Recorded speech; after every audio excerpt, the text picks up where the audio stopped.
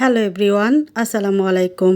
মশলা বাটাবাটির ঝামেলা ছাড়া রাঁধুনি প্যাকেট মশলায় খুব সহজভাবে আপনাদের সাথে বিফ তেহারি রেসিপিটি শেয়ার করব। একদম নতুন রাঁধুনিরা বা ব্যাচেলাররা খুব সহজভাবে এই রান্নাটা করে নিতে পারবেন। দেখতেই পাচ্ছেন মাংসটা কত সুন্দরভাবে সিদ্ধ হয়েছে আর চালগুলোও কেমন ঝরঝরে হয়েছে। আশা করি রেসিপিটি আপনাদের ভালো লাগবে। যদি ভালো লাগে তবে রিকোয়েস্ট থাকবে সাবস্ক্রাইব করে সাথে থাকবেন। এখানে আমি 1 কেজি গরুর মাংস নিয়েছি। এখানে আমি মাংসের টুকরোগুলো একটু ছোট ছোট করে কেটে নিয়েছি। তেহারির মাংসের টুকরোগুলো একটু ছোটই হয় আর আলাদাভাবে আমি বেশ কিছুটা তেল চর্বি নিয়েছি। তেহারি একটু তেল চর্বিযুক্ত মাংস বা আলাদা করে তেল নিয়ে রান্না করলে খেতে বেশ ভালো লাগে। এখানে আমি রাঁধুনি 1 প্যাকেট তেহারির মশলা নিয়েছি। কিভাবে তেহারিটা রান্না করতে হবে তার সকল নির্দেশনা প্যাকেটের গায়ে লেখা আছে আর এই প্যাকেটটার মূল্য 55 টাকা। প্যাকেটে যে মশলা আছে এটা 2 কেজি চাল আর 1 কেজি গরুর মাংসের জন্য। তো প্যাকেটটা কেটে আমি পুরো মশলাটা এখানে ঢেলে নিচ্ছি। মশলার মধ্যেই তেজপাতা, দারচিনি, এলাচ, আদা গুঁড়া, রসুন গুঁড়া সব কিছু দেওয়া আছে। আপনাকে আলাদাভাবে কোনো কিছু ব্যবহার না করলেও চলবে। এখন একটা প্যানে আমি দিয়ে দিচ্ছি 100 মিলি সরিষার তেল।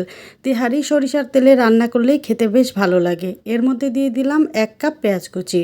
পেঁয়াজ আমি বাদামি কালার করে ভেজে নিব বা বেরেস্তা করে নিব। সরিষার তেলে পেঁয়াজ বেরেস্তা করার সময় তেলে এক ধরনের ফেনা ক্রিয়েট হয়, তাই খুব সাবধানে পেঁয়াজটা বেরেস্তা করতে হবে। বারবার নেড়ে চেড়ে দিতে হবে, না হয় পেঁয়াজটা পুড়ে যেতে পারে। তো এখানে আমার পেঁয়াজ খুব সুন্দর করে বেরেস্তা করা হয়ে গিয়েছে। এখন আমি এর মধ্যে দিয়ে দিচ্ছি আগে থেকে ধুয়ে রাখা গরুর মাংস। এই একই রান্না কিন্তু আপনারা খাসির মাংস দিয়েও করে নিতে পারবেন। এরপরে দিয়ে দিচ্ছি পরিমাণ মতো লবণ। লবণ দেওয়ার সময় একটু খেয়াল রাখতে হবে, মশলাতেও কিন্তু কিছুটা লবণ দেওয়া থাকে।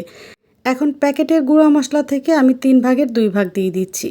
2 ভাগ মশলাতে 1 কেজি গরুর মাংস আর 1 কেজি চাল একদম পারফেক্ট হয়। এরপরে কেউ যদি মশলাটা একটু বেশি খেতে পছন্দ করেন তাহলে পুরো মশলাটাই ব্যবহার করতে পারেন। আর দিয়ে দিচ্ছি 2 টেবিল চামচ উঁচু করে আদা এবং রসুন বাটা। আলাদা এই আদা রসুন বাটা দিলে তেহারিটা খেতে ভীষণ ভালো লাগে, তবে যদি হাতের কাছে আদা রসুন বাটা না থাকে তবে না দিলেও চলবে। লাল এবং কাঁচা 2 ধরনের কাঁচামরিচ দিয়ে দিলাম। মশলাটা খুব ভালোভাবে মাংসের সাথে মিশিয়ে নিব। মেশানো হয়ে গেলে এখন আমি এখানে দিয়ে দিচ্ছি ফ্যাটানো 3 টেবিল চামচ টক দই। টক দইটা দিয়ে মাংসের সাথে আবারও খুব ভালোভাবে মিশিয়ে নিব। এরপরে ঢাকা দিয়ে দিব আর ঠিক 25 মিনিট সময় নিয়ে গরুর মাংসটা কষিয়ে নিব। মাংস কষানোর সময় এখানে আমি আলাদাভাবে কোনো পানি ব্যবহার করব না। মাংস থেকে যে পানিটা বের হবে তাতে মাংসটা খুব ভালোভাবে কষানো হয়ে যাবে। ঠিক 10 মিনিট পরে দেখেন মাংস থেকে কতটা পানি বের হয়েছে। কষানোর এই সময়টাতে আমি বেশ কয়েকবার ঢাকনাটা খুলে নেড়েচেড়ে দিয়েছি। তো এখন আমি অপেক্ষা করব আরও 15 মিনিট। ঠিক 25 মিনিট পরে মাংসটা খুব ভালোভাবে কষানো হয়ে গিয়েছে। আর কালারটা দেখেই বুঝতে পারছেন যে এখানে আমার তেহারির মশলাটা কিন্তু একদম পারফেক্ট হয়েছে। এরপরে মাংসটা পুরোপুরিভাবে সিদ্ধ করার জন্য আমি আরও 1 কাপ দিয়ে দিচ্ছি কুসুম গরম পানি। ঠান্ডা পানি ব্যবহার করলে মাংসটা সিদ্ধ হতে বেশ খানিকটা সময় লাগবে, তাই এখানে কুসুম গরম পানিটাই ব্যবহার করার চেষ্টা করবেন। ঢাকা দিয়ে অপেক্ষা করব মাংসটা পুরোপুরি সিদ্ধ হয়ে আসা পর্যন্ত। মাংসটা সিদ্ধ হতে হতে আজকের তেহারির জন্য আমি এখানে চালের প্রসেসটা করে নিচ্ছি। এখানে আমি 1 কেজি চিনি গুঁড়া চাল নিয়েছি। চিনি গুঁড়া চালের পরিবর্তে কালো জিরা চালও ব্যবহার করতে পারবেন। আমি একটা কাপ দিয়ে মেপে 3 কাপ চাল নিয়েছি। এবারে বেশ কয়েকবার পানি পরিবর্তন করে চালটা খুব ভালোভাবে ধুয়ে নিব। চাল ধোয়ার পরে চাল থেকে অতিরিক্ত পানিটা একদম ঝরিয়ে নিব। আর অন্যদিকে আমার মাংসটাও পুরোপুরি সিদ্ধ হয়ে গিয়েছে। এখন যতটা সম্ভব তেল মশলা আলাদা করে মাংসগুলো অন্য একটা পাত্রে তুলে নিব।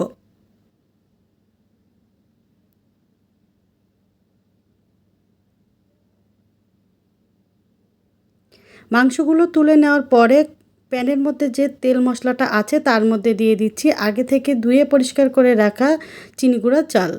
চালটা খুব ভালোভাবে ভেজে নিব যতক্ষণ পর্যন্ত না চাল থেকে একটা সনসনে আওয়াজ বের হচ্ছে। খুব ভালোভাবে ভেজে নেওয়ার পরে আমি চালের মধ্যে ঠিক 6 কাপ কুসুম গরম পানি দিয়ে দিচ্ছি। যে কাপ দিয়ে চাল মেপেছিলাম সেই কাপ দিয়ে পানি দিচ্ছি।